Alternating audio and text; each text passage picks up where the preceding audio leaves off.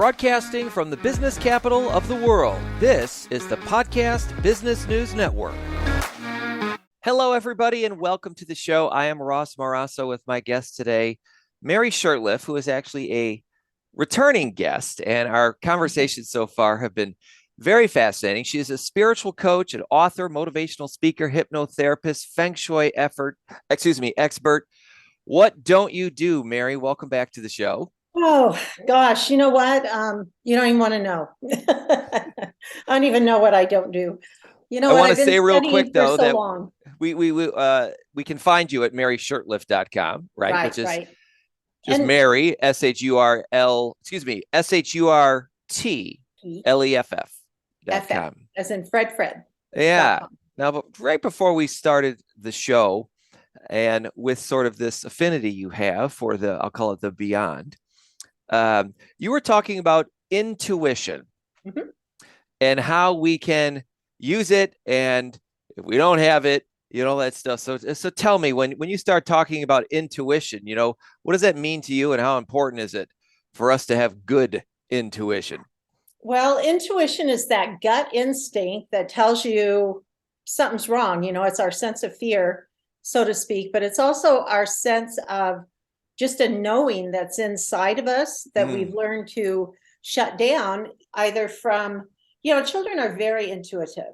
And as we become adults, we are told as children, we're told as we're expressing what we're feeling or seeing, that it's not important. So we learn to shut it down and bring it inside of us.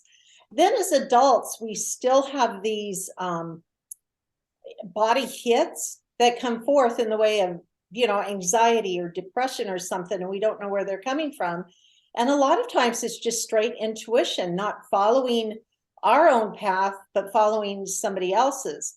And so in my book, Engaging My Magic Within, I'm going to plug that. I talk about intuition and the chakras. And a lot of people start at the root chakra. I like to start at the crown and the third eye chakra, because we have to open that up first to get that energy going clear through our body. And a lot of times we just get stuck in our head. And in the olden days of the caveman, it was instinctual. We had to, me, had to function on instinct. We had to know whether to run from the what was that? The tiger, saber-toothed tiger. Right. Or the mammoth. They always tell me, oh, well, those people died at 30. Well, no kidding.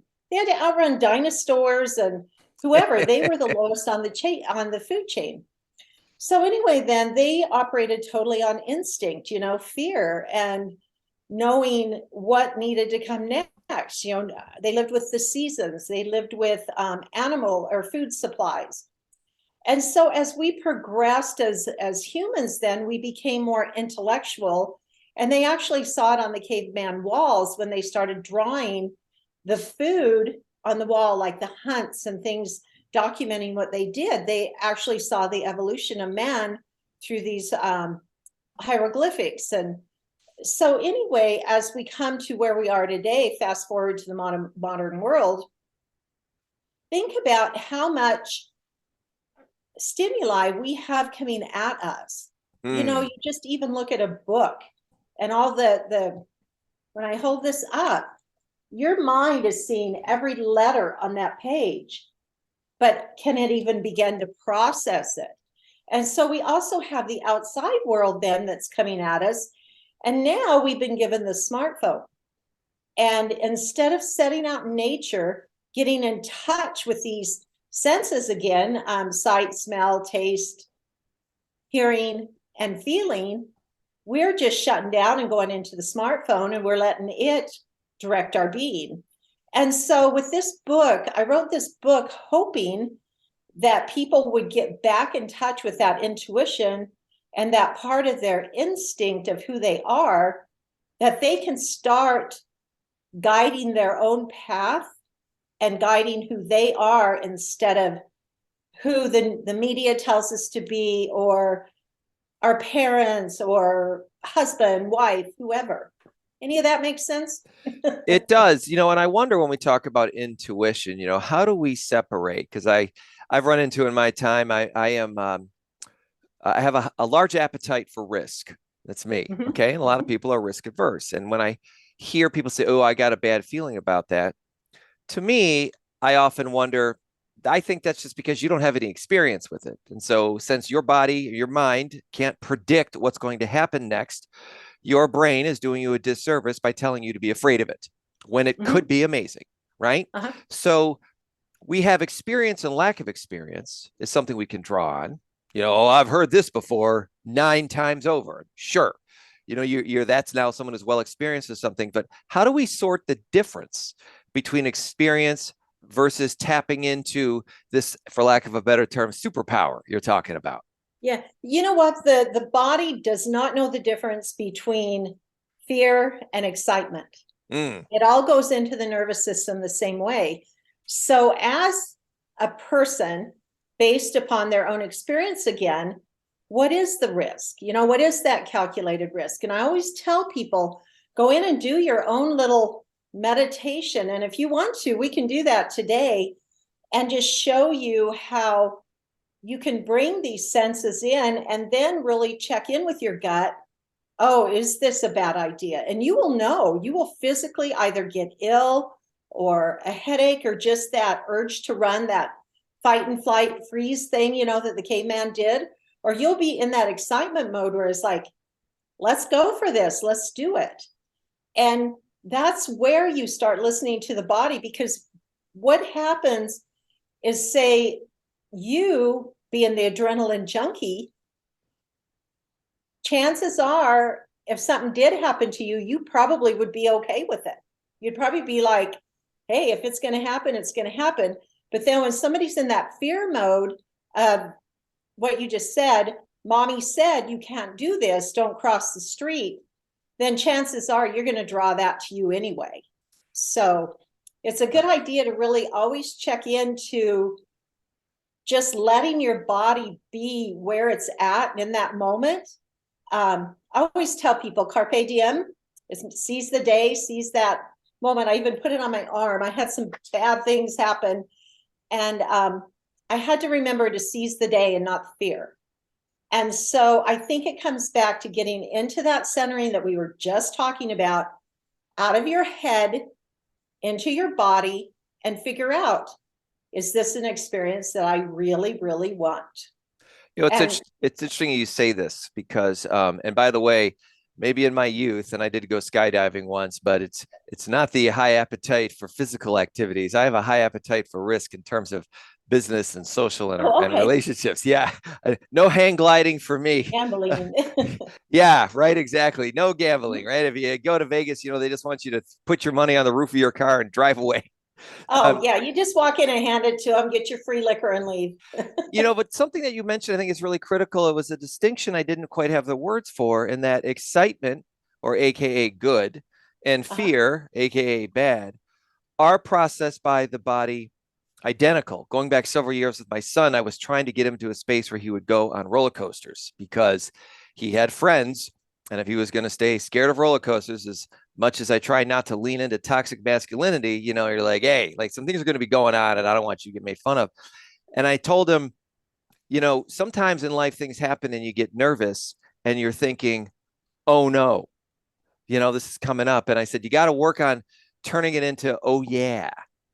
And that was Yeah, how we sort of, yeah, said the same. But I think that's what you're talking about, is that yeah. because the feeling is the same. And that's It's why the there's no same. distinction. And unless you're able to decipher that fear and excitement, then you wouldn't do anything. And so you have to think, what is the calculated risk here, even in business? And I have noticed that when you get into that intuition, say you are going to make a business deal that may or may not be good, that once you get into that intuition, things will happen where you will like not make the appointment, or the appointment will get canceled, or you'll make the transaction and it won't go through, or it's almost like there's a protection there around whatever it is that you're trying to manifest if it's not right for you. I've had things that I've tried to push through that no matter how hard, it just wouldn't happen. So I finally just gave up, and then pretty soon I found out it was just bad. And so that's where we come back to that intuition and just trust it. trust what's going on. There's also like a middle ground here too, right? Because if we start to communicate with our intuition better, maybe if something would have seemed as bad, if we're really being present to it, we could see it's not a no. However, what we want to do is riskier, or there are additional components of getting involved in that thing. And if so, lack of nothing else, if we continue to proceed, we could at least do so more prepared. Right. I always tell my clients faith over fear, Okay. because fear is the thief of dreams. And if you're led by fear, then you wouldn't even come out of your bedroom.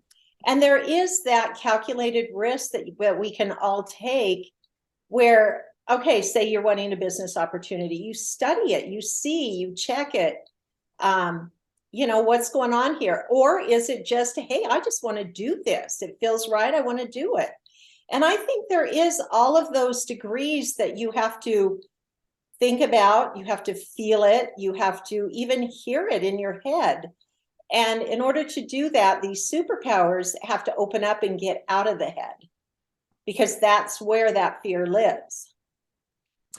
By the way, is fear is the thief of dreams is such a great line. Is that a Mary Shurtleff original? You know what? I wish it was. I put it in my book. And as I researched the author, it can't be found. So I'm thinking it's just dropped down through history. So yeah, throw my name on it. I don't care. So it is a unknown author. So yeah, all right. Unknown. So I've heard it forever. And when I started researching it to give credit my book, it just wasn't there. It was there. There was just like 5,000 different people accredited for it. So throw my name on it. All right. So those of us who didn't catch us at the top of the hour, I'm talking to Mary Shurtleff. She is a spiritual coach, author, hypnotherapist, Feng Shui expert, motivational speaker. And which, by the way, I was looking on your website there. I think I saw that. Do you still talk on the radio? You know what? I used to, but I don't now. I used to go out of KHTZ, I think it was, out of California with Coach Ron. And we would actually do a lot of 4-pillar like we did last week. And then I actually did a show called Mindsets and Lifestyles. That was kind of what we're doing now. But then equipment changed and things just got crazy, and I got headed in a different direction. So. Sure. Okay. And here I am back. Yeah. Well, I mean, it shows. I can tell that you're no stranger to the camera. And so we are having this conversation about intuition, how to tap into it, how to identify it, how do we then get in touch? How can we increase our intuition? Or maybe said in another way, how can we get ourselves or train ourselves so that we can rely and have confidence in our intuition? And trust it. Yep. One of the things that I want to ask you up front before we even start, has it ever happened to you, like you'll be driving down the road and all of a sudden you just feel like, I really should turn here, or you turn there and you realize you just took the wrong turn and you ended up somewhere you didn't want to be, but it was exactly where you should be? Has that ever happened? Yes. And that's intuition. We have a conscious mind, which is what you and me are doing now, but we have that subconscious mind and I think we talked about this before, that actually is the gatekeeper, and it kind of controls that part of us that keeps us safe. And so that type of driving, or that type of autopilot, is a part of the subconscious mind and the intuition that just takes us there, whether we consciously are aware of it or not. So I noticed that at the mall. Yeah, when I go to the mall sometimes and I'm not really sure on which direction I'm going, or if I want to shopping or looking for something, and I'll find myself it's huge, right? There's all these different forks you can go take. And then, yes, more than once or twice, I ended up at some shop and whoever was there wasn't overly busy. And we just got to chatting. And next thing you know, I got a wardrobe out of it. And even looking at it a month later, I'm like, I was so glad that happened, because, I was going to waste all day there. Yeah. Happy accident. So do you want to do a little exercise? All right. Okay, let's try this. Okay. First of all, I want you just to close your eyes and follow my direction. Okay. And, just take some breaths at first, just normal, deep ones, whatever feels right to you. Don't make any faces at me now. You know what? I'm going to close my eyes too, because I hate it when somebody does it. I feel like they're staring at me. Okay. So I'm going to close my eyes and do it with you. So, all right. And that way we can tell each other maybe what we hear or see or whatever. So close your eyes and just take a few deep breaths. And just get real quiet within yourself.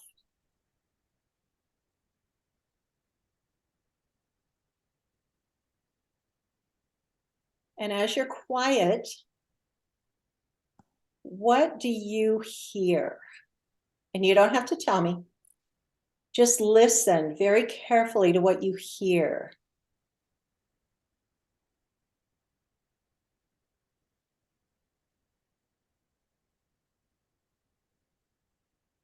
And keep breathing normally.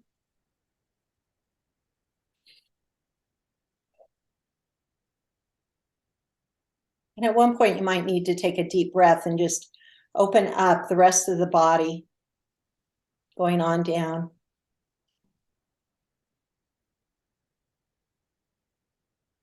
And now, what do you taste?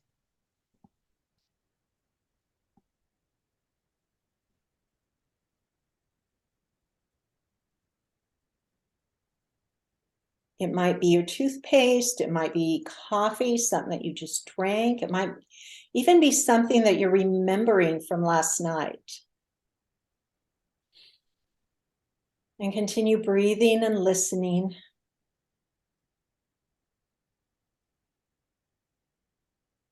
And now, what do you smell?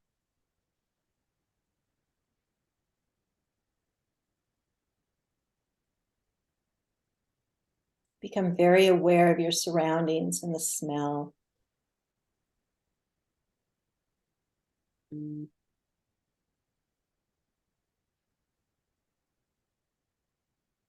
behind your closed eyes, what are you starting to envision? Is there a color?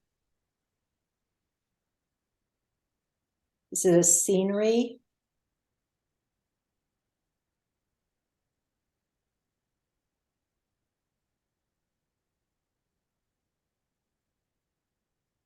And just go back to the hearing. What do you hear? What do you smell? What do you taste?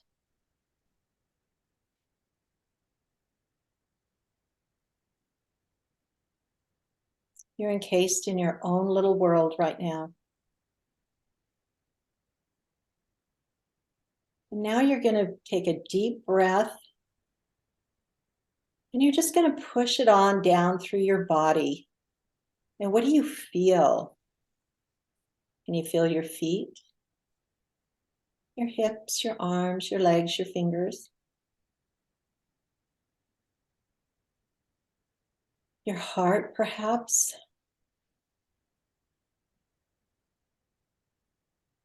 At this point, your breath and your heart should be very prominent.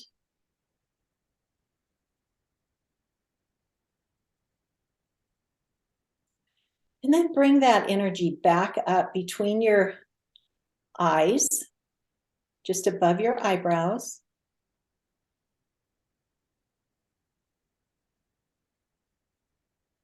And what do you know? There's a whole 90% of your brain back there that's still in an uncovered stage, an undiscovered stage. And there may be a question inside your mind that you'd like an answer to. Maybe ask that question to that part of your brain that already knows that answer. And bring it all together into that connected being of Ross.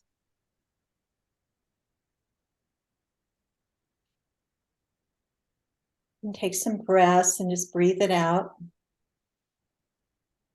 And let the peace just flow through you, and let the knowing flow through you.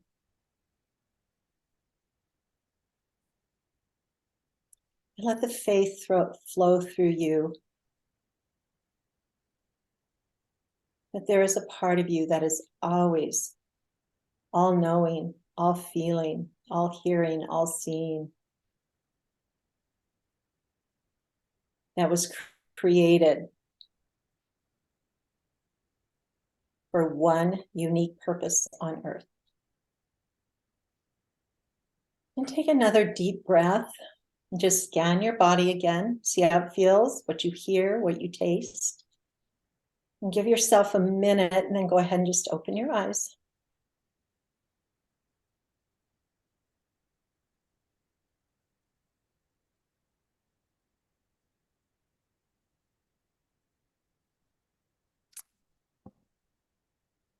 Hi, Mary. How'd you do? I wasn't staring at you. I opened my eyes sooner. That was really interesting. And so I started, there's a few things. You taking that deep breath and push it, you can almost sort of feel it like moving That through. energy you just push down out of your head. And then focusing it back up at top, like when you had said to do so. And at first I was hearing like some of the fans and stuff of my electronic gear.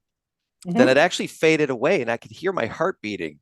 And like I never just sit there and just hear that, right? I mean, maybe if you're like laying down in bed and you're freaking out and maybe your ears against like a pillow or something, but just to be able to just hear it.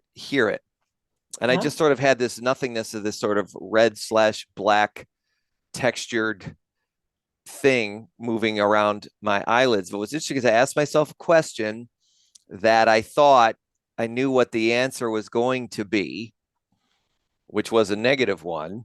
But there was just this, and then this other voice just totally took over and said, no, that's not how that's going to be. It's not how it's going to be at all.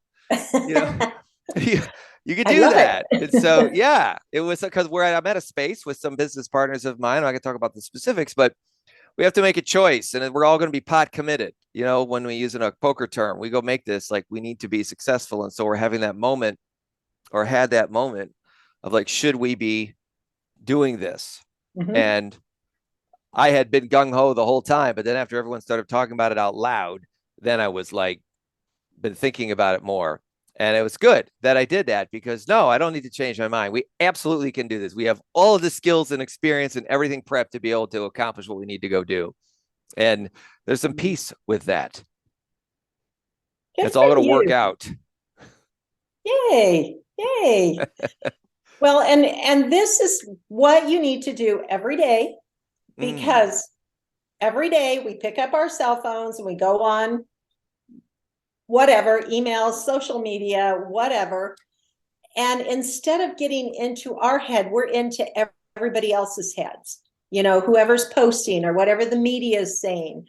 We're into that. And the best thing you can do is go outside, get into that nature like the caveman, get the sun, and just really sit down and do that and listen, smell, taste, see, feel, push it into the body, and then come back to the knowing.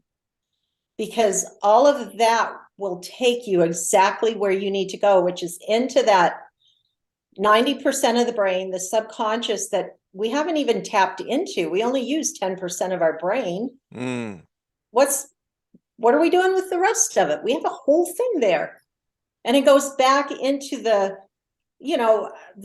chakra, the crown chakra that goes into the universe, into God, power, whatever you want to call it. And that makes us who we are. That makes us special. And I've had experiences with my grandson where he was 3 years old and he was telling me that he was killed in a helicopter accident. And it freaked me out. I'm just like, what? Tell me what happened. And what happened is we saw a helicopter and he said, Grandma, I was killed in a helicopter or something like that. And I went, what? What are you talking about?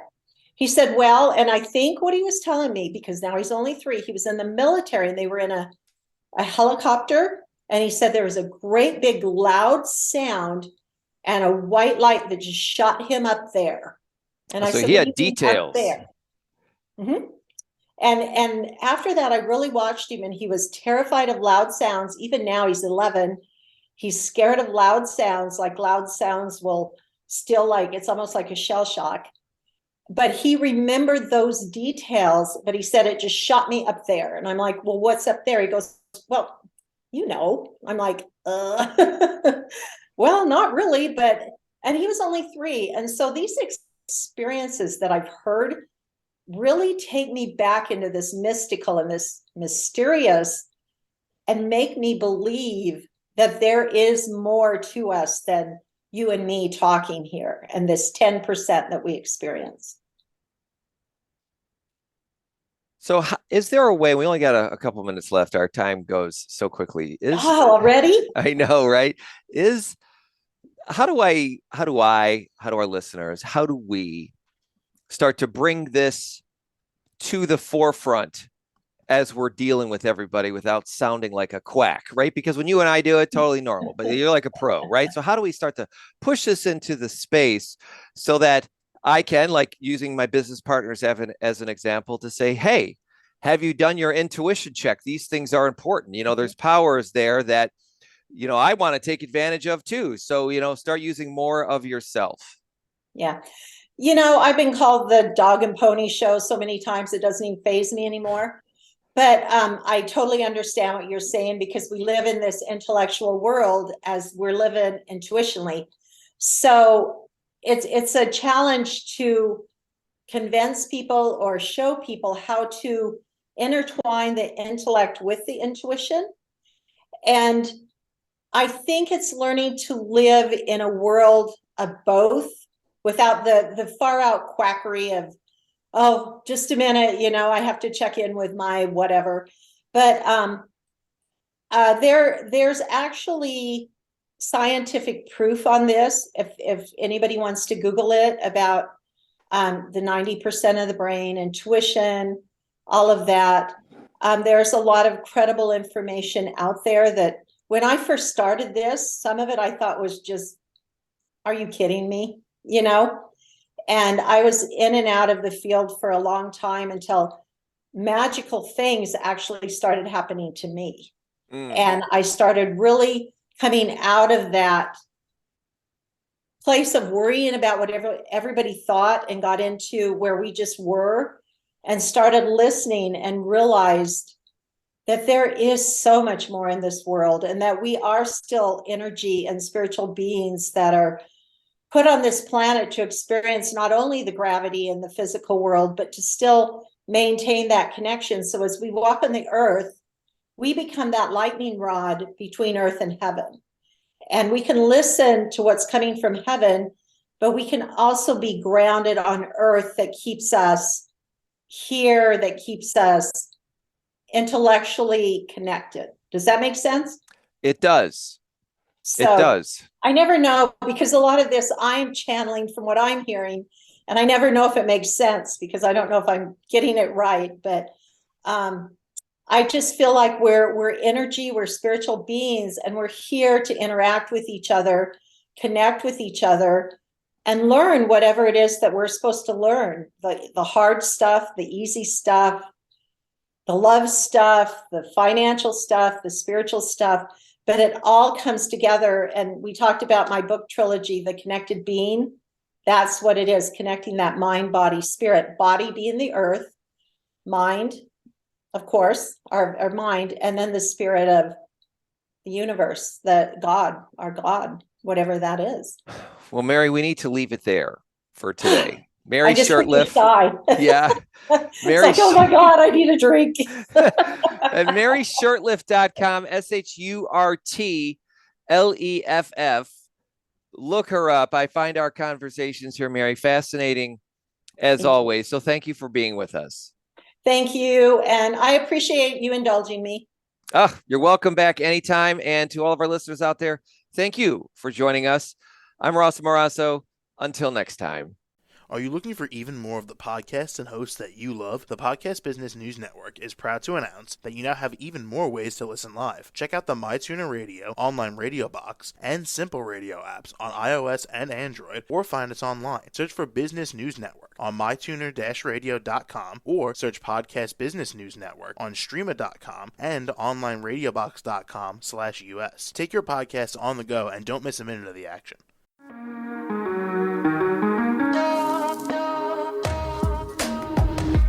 Broadcasting from the business capital of the world, this is the Podcast Business News Network.